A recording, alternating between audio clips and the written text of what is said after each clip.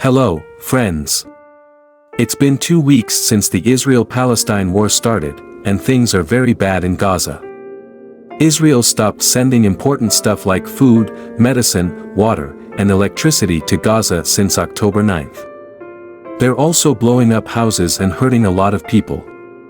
Over 2,800 regular people in Gaza were hurt, and many are stuck under broken buildings. Some folks who are still okay are trying to stay safe in hospitals and schools. But even those places are running out of water. The United Nations, which helps with problems like this, says this is the worst it's ever seen. Hospitals in Gaza don't have enough water, power, or a good internet connection. People there need water, and fast. Some hospitals might run out of fuel to help sick people. It's a big problem, and it's really sad. Gaza is a small place, only 365 square kilometers, but lots of people, 2.3 million, live there.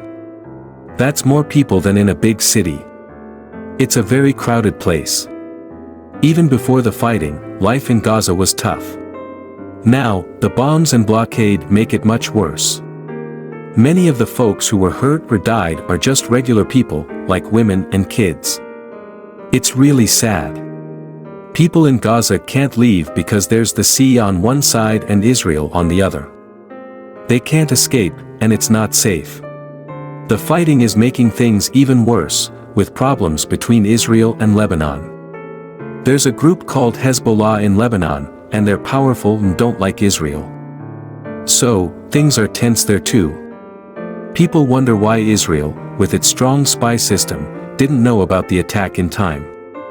Some folks even think the problems inside Israel with their leader, Benjamin Netanyahu, might be part of why things got so bad.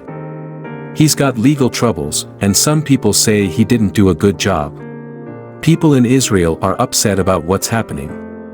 They're saying that the leader of their country didn't do a good job. All of this is a big lesson that we should think about regular people and be peaceful. It's a very sad situation.